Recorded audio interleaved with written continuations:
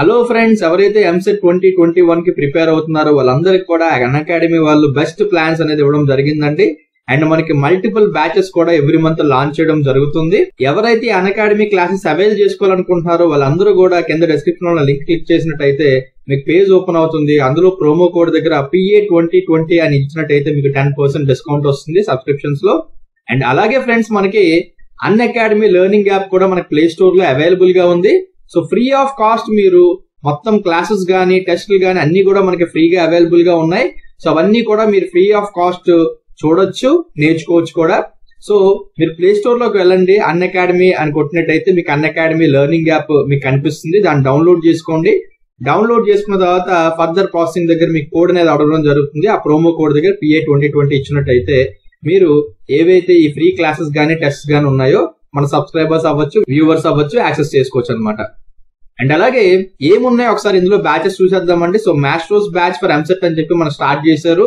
So మనకి rankers and అలాగే చాలా మంది ఎంసెట్ లో ఎక్కువ మార్క్స్ మంచి ర్యాంక్ స్కోర్ చేయాలని ఎప్పటికప్పుడు ఇంట్రెస్ట్ చూపిస్తా ఉంటారు. సో అలాంటి వాళ్ళందరి గురించి కూడా ఈ మాస్టర్స్ బ్యాచ్ అనేది స్టార్ట్ అవడం జరిగింది. అండ్ అలాగే మనకి తెలుగు బ్యాచ్ కూడా స్టార్ట్ చేశారండి. సో కొంతమందికి ఏంటంటే ఇంగ్లీష్ లో చెప్పేటప్పుడు సమంగా అర్థం కాదు కాబట్టి తెలుగులో కూడా కొంత ఎక్స్ప్లెయిన్ చేసినట్టయితే ఇంకా ఈజీగా అర్థం చేసుకోగలరు. సో తెలుగు బ్యాచ్ కూడా మనకు స్టార్ట్ చేయడం జరిగింది ఫర్ PCM అండ్ PCB. ఓకేనా ఫ్రెండ్స్? అండ్ అలాగే మనకి బెస్ట్ ప్లాన్స్ లో సబ్స్క్రిప్షన్ చార్జెస్ మీరు చూసినట్టయితే 6 months ప్లాన్, 12 months ప్లాన్ రెండు కూడా ఉన్నాయి. అండ్ మెయిన్ హైలైట్ ఏంటంటే 6 months అండ్ అబోవ్ ప్లాన్స్ ఇంటి మీద కూడా నో కాస్ట్ EMI అనమాట. ఓకేనా? Hello friends, welcome to Purushottam academy.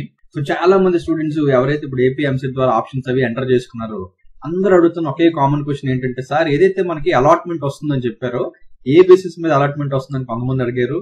And కొంతమంది సార్ అలాట్మెంట్ ఆర్డర్ లో అసలు ఎన్ని కాలేజెస్ మనకు చూపిస్తుంది, ఒక కాలేజ్ వస్తుందా లేదంటే ఆల్టర్నేట్ ఇంకేమన్నా వస్తుందా, ఏంటి అసలు ప్రాసెస్ ఏంటి, ప్లీజ్ వీడియో చేయండి చాలా మంది అడగడం జరిగింది.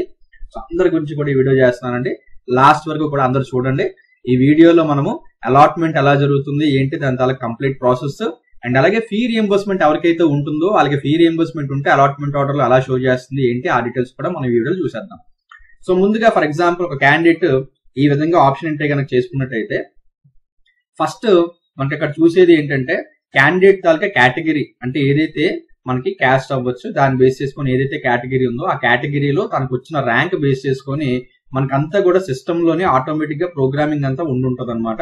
సో అక్కడ ఏం చేస్తారంటే ఆ పర్టికులర్ క్యాండిడేట్ తన ర్యాంక్ వచ్చిన టైంకి ఈ పర్టికులర్ కాలేజ్ లో ఈ బ్రాంచ్ వేకెన్సీ ఉందా లేదా చెక్ చేస్తారనమాట. ఒకవేళ ఈ బ్రాంచ్ వేకెన్సీ లేకపోతే నెక్స్ట్ కాలేజ్ లో ఆ బ్రాంచ్ వేకెన్సీ ఉందా లేదా, ఆ నెక్స్ట్ కాలేజ్ లో ఉందా లేదా. సో అలాగే ప్రతి కాలేజ్ లోని కూడా తన ర్యాంక్ ఎప్పుడైతే మనకు వస్తుందో అంటే ర్యాంక్ వైజ్ ర్యాంక్ నెంబర్ 1 నుండి స్టార్ట్ అయ్యి ఎలా వెళ్తా ఉంటది అనమాట ప్రాసెస్.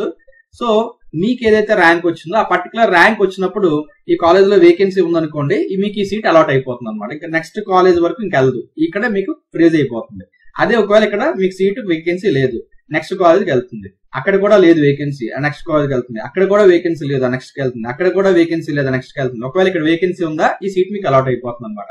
ఇంకా మళ్ళీ నెక్స్ట్ ఏవైతే కాలేజ్ ఉన్నాయో ఇంకా ఏవి కూడా మీకు సిస్టమ్ లో అది తీసుకోదు అనమాట. అర్థమైంది కదా?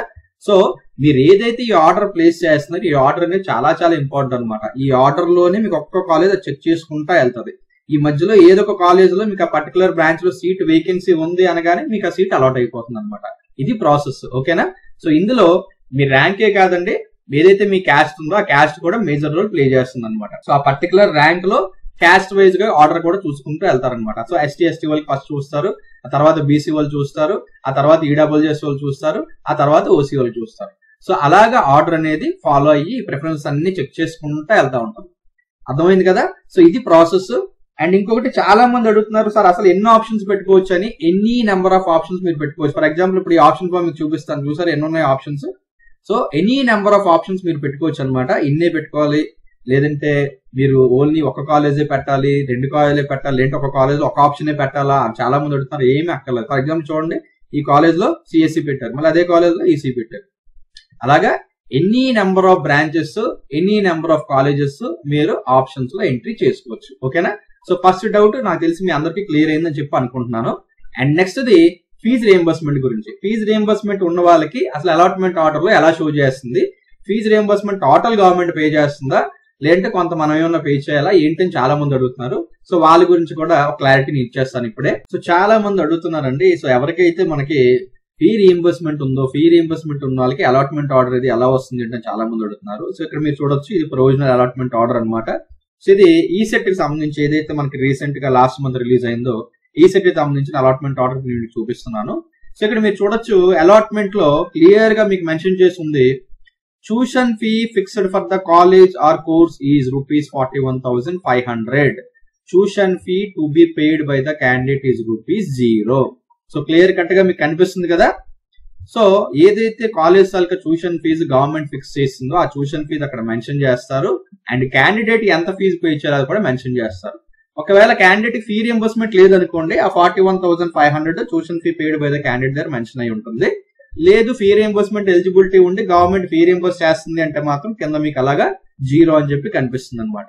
సో అర్థమైంది కదా క్లియర్ కట్ గా.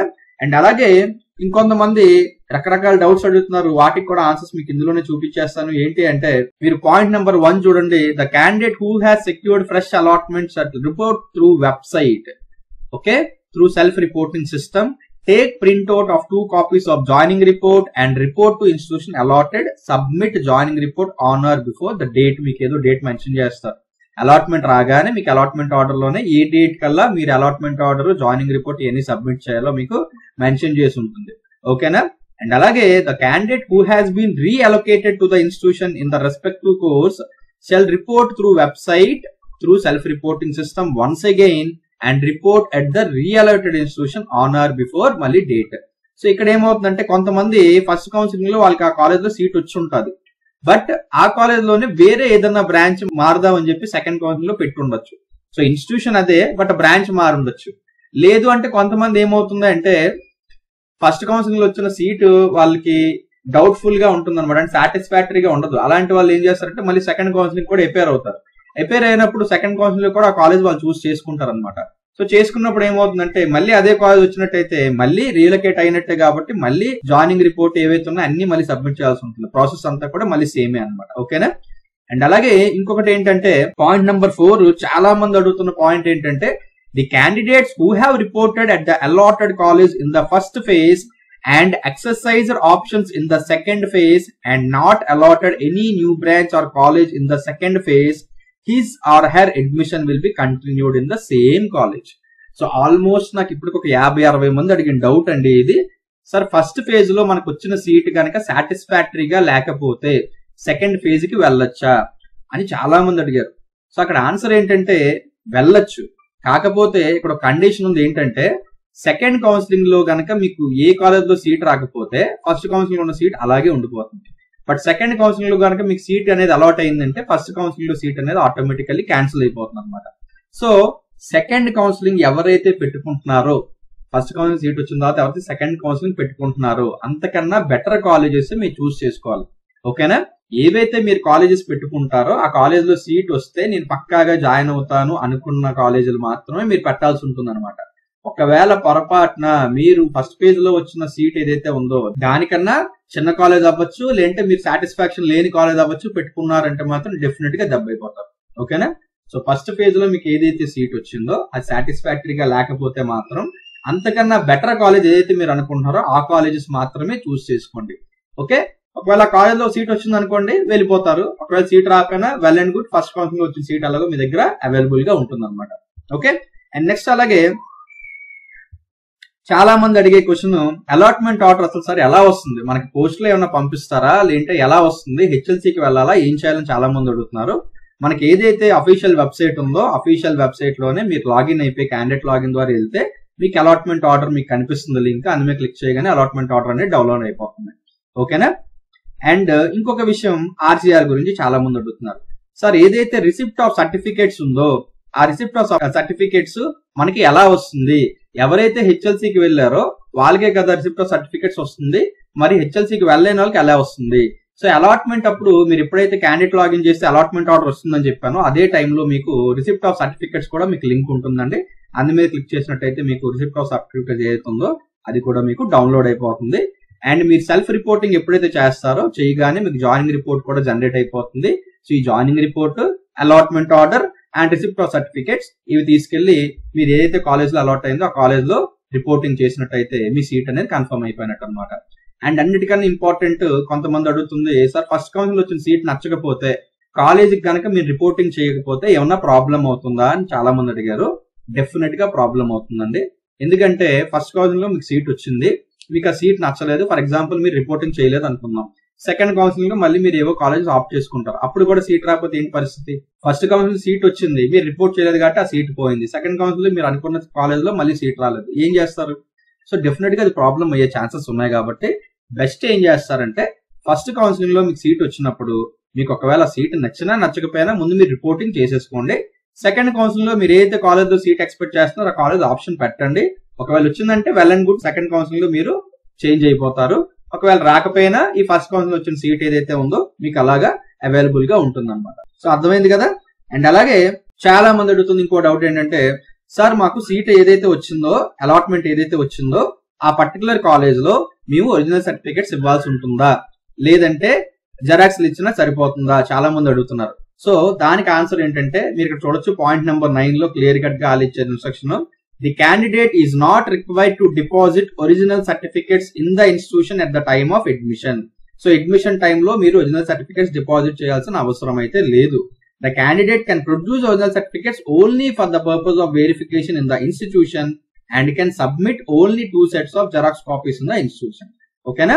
సో మీరు జెరాక్స్ కాపీస్ సబ్మిట్ చేసినా సరిపోతుంది, ఒరిజినల్స్ మీరు సబ్మిట్ చేయాల్సిన నెసెసిటీ లేదు. లేదు సార్ మేము ఏదైతే కాలేజ్ మాకు అలాట్ అయిందో సాటిస్ఫాక్టరీ, ఆ కాలేజ్ లో మీరు పక్కా జాయిన్ అయిపోతాం, ఇంకా మళ్ళీ ఎటువంటి చేంజెస్ ఉండవు అని మీరు అనుకుంటే మాత్రం మీరు ఒరిజినల్ సబ్మిట్ చేయొచ్చు. లేదంటే మాత్రం ఒరిజినల్స్ మీరు సబ్మిట్ చేయాల్సిన అవసరం లేదు, జెరాక్స్ కాపీ సెట్ సబ్మిట్ చేసినా చాలు అనమాట. ఓకే. అండ్ అన్నిటికన్నా ఇంపార్టెంట్ది చాలా మంది అడుగుతున్నది, సార్ అలాట్మెంట్ అయిపోయిన తర్వాత క్లాసెస్ ఎప్పుడు స్టార్ట్ అవుతాయి, ఏంటి సిచ్యువేషన్ అని చెప్పి చాలా మంది అడుగుతున్నారు.